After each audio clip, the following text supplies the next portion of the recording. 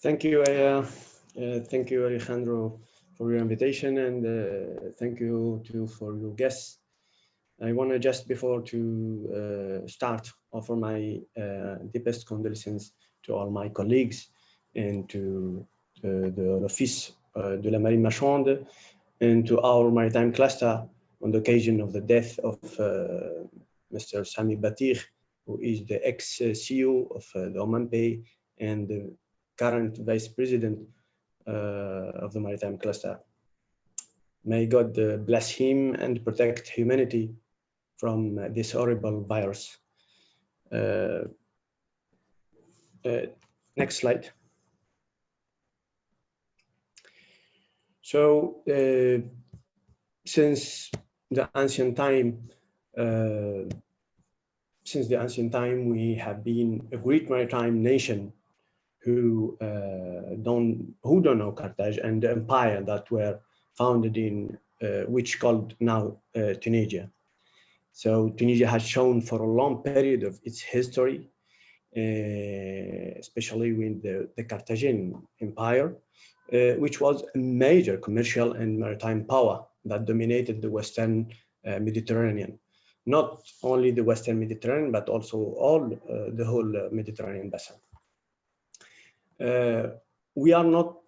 We are located in one of the seas that the maritime traffic represents 30%, and we are in strategic position as we are just next one of the famous or one of the important channel in the world, which is the Sicilian Channel.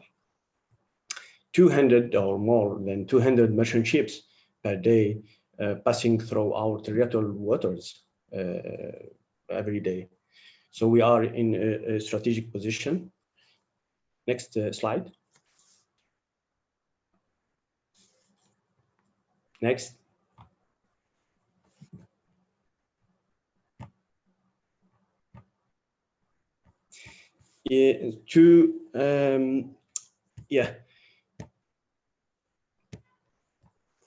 Maritime transport and ports are an asset for our national economy. In fact, 98% of external exchange are holding by these 8 ports from the north to the south. In addition to a future deep water port will start operating in the next future by the 2026, which is the port of Anfida. So last year, the 8 ports are handling more than 27 million tons and more than 470,000 TEU, 100,000 unit, rural unit, and concerning passenger in the port of Lagolet, we receive more than 700,000 passengers. The maritime transport and port sector includes nearly 560 companies working in the maritime profession, freight forwarding and port profession, and offering nearly 6,000 direct jobs. The direct turnover of port services of last year is about $4.5 million. Next slide, please.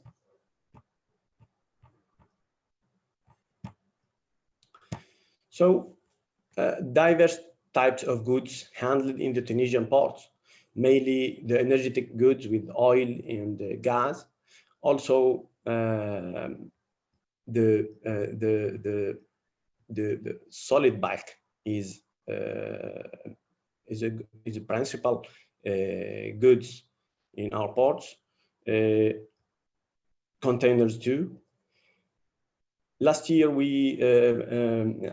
more than 4,700 vessels are touching our ports, mainly with conventional ships and ro-ro ships and car ferries as well. Import and export is made mainly with European countries, with 80%, 10% only with African countries, 5 of them is with the Maghrebian Union countries.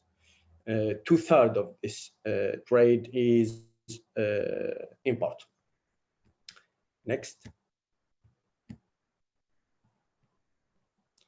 To show the seasonality of the traffic of the passenger, here you can see that we receive more than 700 passengers every year. 2/3 of them are in the summer, in the period of the summer. Also with the cars that are relative to this passenger coming to spend the holidays time in Tunisia. Next. So Rwanda is still by far the first country, the first port handling the 1/4 of the tonnage in the whole. I mean, the fifth of tonnage in all ports, and handling 2/3 of containers, 2/3 containers in mainly in ruts. Next, please. Going to the special dimension of the seaports in general. Seaports, if we wanted to define what is a seaport, it consists of land and water areas. So far, spatial planning of harbors has been mainly implemented from the point of view of the territory and its transport links with the mainland. From the point of view of efficiency, the cargo flows through the port. Transport accessibility from the water side is at least an equally important issue. What is important for the efficient functioning of the port are water areas, including in part external water located outside breakwaters, such as approach channels and anchorage area, where the ships waiting for permission to enter the port. The second part is the territory part of the port, composed of several terminals, several zones extending approximately parallel to the quays, consists of quays, terminals, transport infrastructure, and storage area with access infrastructure such as rail and roads. Next, please.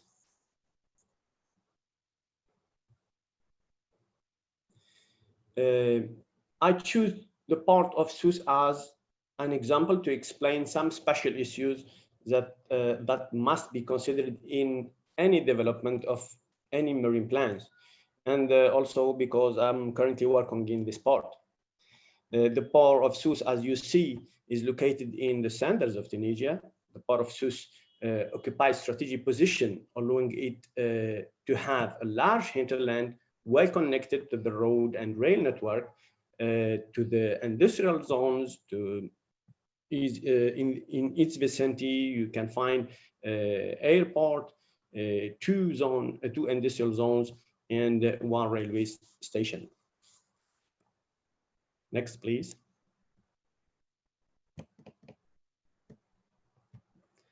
Going to the technical characteristics of the port. The port here is over 21 hectares with 7 quays, with a turning basin with 300 meters, and 2 other basins, one for the sailboats, and the other one is for fishing boats basin. The port is divided into 2 shores, the north one and the other shore. We have approach channel for a couple of miles, and the anchorage area, which is a wide area where the ships waiting for permission to enter the port. Next, please. So I want to explain some special issues of the port infrastructure. So the first direction is about obstacles that are on the infrastructure for the infrastructure itself. A small turning circle to avoid collision inside the basin. Also, we don't have a deep basin with a draft only with 8.5 meter. We have a narrow entrance. So this infrastructure obstacles, it's a constraint to develop our port. Next, please. The other things that I can mention here, we have due to the cargo diversity and containers traffic evolution, there is no adequate space, which leads to a big problem, which is the congestion. We have port congestion in our port, and in the other side, we have a rate of occupancy of quays reach 90%, which increase ship numbers in anchorage area, which increase the time of ships in the anchorage area, which have a great negative impact on the economy, as you know. Next, please. The third cause maybe or an obstacle for the development of our port is the presence of two other activities in the vicinity of the commercial basins. So we have fishing activities just near, and for leisure activity, these two activities make a real threat to the safety of navigation in port area. Next, please. So to solve all these problems, l'Office de la Marine Marchande made a study through a Tunisian company to solve the problem of space. So this company developed three scenarios to adapt the infrastructure and solve some problems of congestion, whether in the port congestion or whether in the anchorage area. So facing the absence of area for development in the immediate vicinity ports are generally seeking for a new solution. So there is two directions of expansion. The first one is to extend the terminals or ports on the side of the territory, and the second direction is to expand toward the sea. Here in the three scenarios that were developed by this company are in the second direction, which is toward the sea,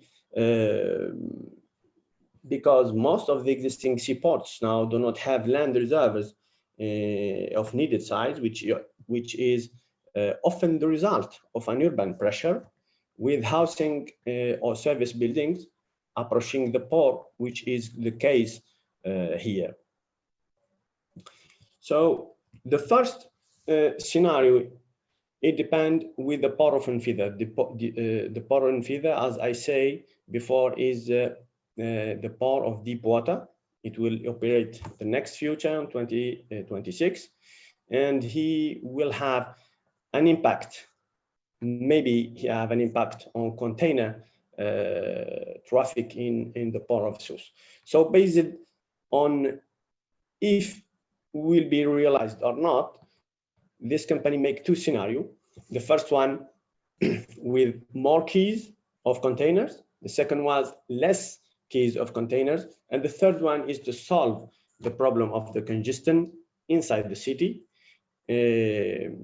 And they suggest to add cruise terminals and to change all the traffic, commercial traffic to the south shore, and the north shore occupy this side only for cruise, And with this solution, we can develop tourism. As you know, Sousse is a touristic city in Tunisia, and we can develop this sector through diminishing the congestion in the and circulation of in the center of the city. Next, please. So there is no doubt that from the point of view of economic development and strategic interest of the port, as well as the region and the country, new investments are necessary. It may be worth considering the introduction of principles of environmental compensation to the procedure of maritime spatial planning. Planning of port expansion and regulation has to be done considering the coastal function, so to avoid conflicts, preserve tourism, and protect the biodiversity and natural values. I'm always saying ports is like chessboard. There is many players if you are to plan for the port. If we suppose that we are the marine planner, so we are facing urban planners that we have to coordinate with them. So coordinating the development on the sea and land, it may be possible if we apply an integrated coastal zone management. Also, the expansion of the port structure toward the sea must be accounted always for maritime spatial development plans. Thank you very much.